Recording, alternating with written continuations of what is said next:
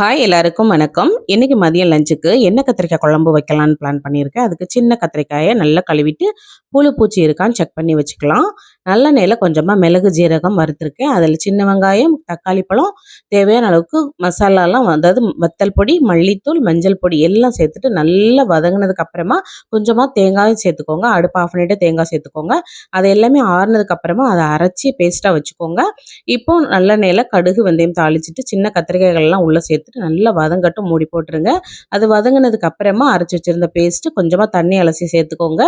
அது நல்லா வெந்ததுக்கு அப்புறமா தேவையான அளவுக்கு புளித்தண்ணி, கல் உப்பெல்லாம் சேர்த்துட்டு நல்லா கொதி வந்ததுக்கு அப்புறம் காயெல்லாம் வெந்ததுக்கு அப்புறமா கொஞ்சமாக பச்சையாக நல்லெண்ணெய் சேர்த்துக்கோங்க. ஃபைனலாக கொஞ்சமாக நாட்டு சர்க்கரை சேர்த்து இறக்கணும் அப்படின்னா, அந்த புளிக்குழம்புக்கெல்லாம் கொஞ்சமாக இனிப்பு சேர்த்து இறக்கணும் அப்படின்னா குழம்பு வந்து ரொம்ப டேஸ்ட்டாக இருக்கும். இதுக்கு வந்து அரைக்கீரை கடையலும் சுட்ட அப்பளமும் தான் வச்சுருக்கேன். இதுக்கு வந்து காம்பினேஷன் நல்லாயிருக்கும். ட்ரை பண்ணி பார்த்துட்டு சொல்லுங்கள். வீடியோ பிடிச்சிருந்தா லைக் பண்ணிவிட்டு சப்ஸ்கிரைப் பண்ணுங்கள்.